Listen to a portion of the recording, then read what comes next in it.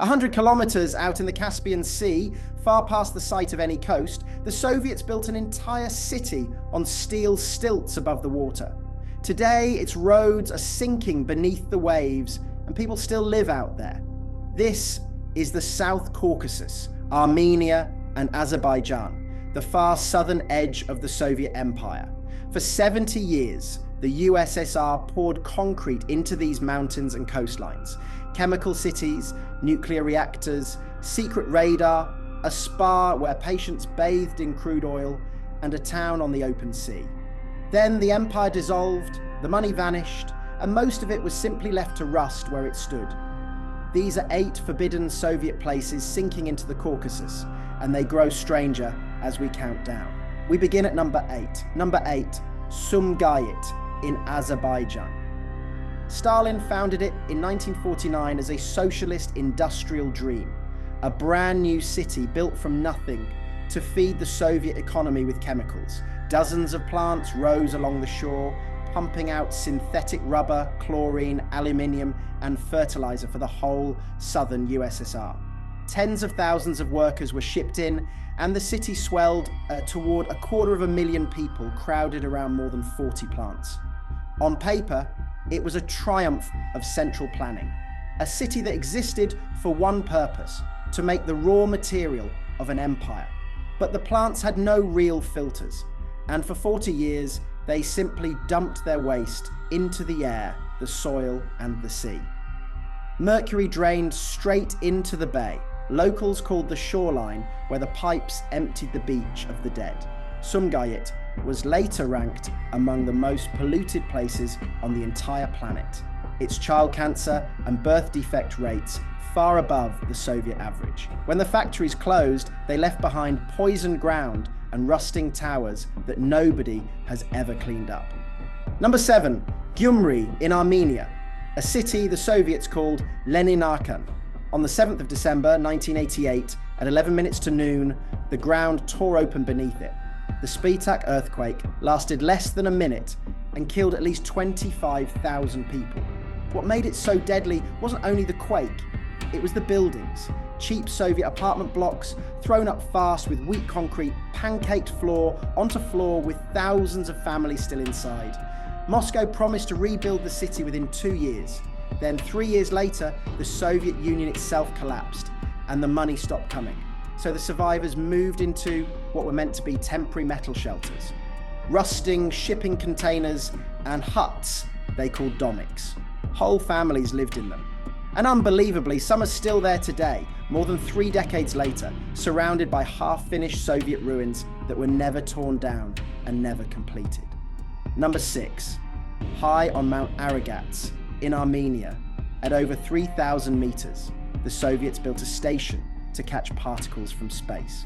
From the 1940s, physicists came up here to study cosmic rays, the radiation that pours onto Earth from exploding stars, using detectors that only worked this close to the sky. In its day, it was one of the most important physics sites in the entire Union.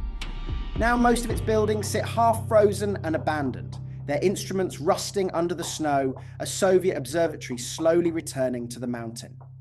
Number 5, Naftalan in Azerbaijan, a town built around the strangest cure in the Soviet Union. Beneath it lies a rare, heavy crude oil that doctors believed could heal the skin and the joints. So the state built sanatoriums where patients did not drink medicine. They lay down and bathed in warm black oil up to the neck, then had it scraped off with wooden spatulas. At its peak, tens of thousands of Soviet workers a year were sent here on state vouchers to soak in petroleum. When the USSR fell and the vouchers stopped, most of the sanatoriums emptied overnight. Their marble halls and treatment rooms were left to the dust, the oil baths standing dry and cracked, war refugees sheltered in some of the buildings, others were simply abandoned to the wind. A few have since reopened for curious tourists, but around them the grand Soviet spa complexes still stand half empty. Monuments to a country that once sent its people to be healed by oil. Number 4, Vanadzor in Armenia, a city the Soviets renamed Kirovarkan and turned into a chemical giant. Its combine sprawled across the valley, making fibers, melamine and industrial chemicals, and employing much of the town. Smoke from its stacks was so constant that residents said they forgot what a clear sky looked like. Then the Union collapsed, the supply chains it depended on vanished, and the whole complex ground to a halt almost at once.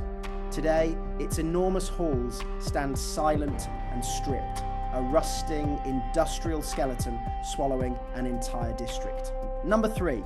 Near Qabala in Azerbaijan, the Soviets raised one of the most secret structures in the whole empire, a Daryl early warning radar. It was a pair of colossal concrete slabs, one the size of an apartment block, aimed south to watch for American missiles rising over the horizon thousands of kilometers away. Its beam was so powerful it could reportedly be felt by people nearby.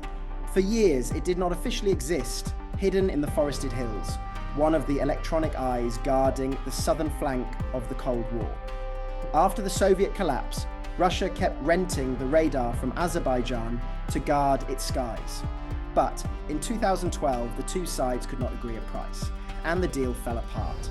So the Russians pulled out, and the giant was switched off and dismantled.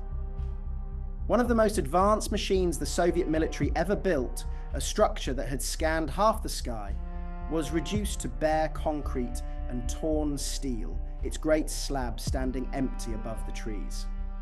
Number 2, Metsamor in Armenia, and this one is still running. Built in the 1970s, its 2 reactors were an old Soviet design with a terrifying flaw. They were never given a full containment dome, the thick concrete shell that is supposed to trap radiation if the core fails. And they were built here, in one of the most earthquake-prone regions on Earth. It was the same generation of technology and the same corner cutting that the whole world would come to fear after Chernobyl. For years, Metsamor has been named on lists of the most dangerous nuclear plants still operating anywhere in the world. After the 1988 earthquake, Metsamor was shut down out of fear it could not survive a tremor. But then the war years came. Armenia was blockaded, and the country was plunged into darkness. No heat, no power, forests cut down for firewood. So in 1995, desperate for electricity, they did the unthinkable and switched the old reactor back on. It has run ever since. Europe has offered money to close it for good, but the lights of an entire nation still depend on a reactor the rest of the world begged them to shut down. And number 1, Neft Daşları, oil rocks, the strangest place in the entire Soviet Caucasus. In 1949, Soviet engineers went 100 kilometers out into the open Caspian Sea and started drilling in the middle of nowhere. To house the oil workers, they didn't build ships. They built a city on stilts, driven straight into the seabed. Steel trestle roads stretched for hundreds of kilometers across the water, linking drilling platforms, and along them rose apartment blocks, a bakery, a school, a cinema, and tree-lined boulevards, a full town floating far out at sea. At its height, thousands of people lived out here in the world's first offshore oil city, decades before anyone else attempted such a thing. It had its own power station, its own newspaper, and even a lemonade factory, 2 hours by boat from the nearest land. But the sea never stopped fighting it. Storms tore away whole sections of road. As the years passed and the money dried up, much of the town was abandoned, and the Caspian began to take it back. Streets and buildings slowly sinking beneath the surface. Yet even now, it is not fully dead. A skeleton crew still works the old platforms, driving out along the surviving causeways to a rusting city that the sea is swallowing one road at a time, a poisoned chemical city on a dead shore, a town still living in earthquake ruins, a physics station frozen on a mountain, baths of black oil, a chemical giant gone silent, a secret radar torn down, a reactor the world begged them to switch off, and out on the open Caspian, a whole city on stilts, still sinking into the sea. 8 monuments to an empire that built enormous things across the Caucasus and then simply walked away. Next time we head north to the poisoned forests and hidden bunkers the Soviets left behind in Belarus.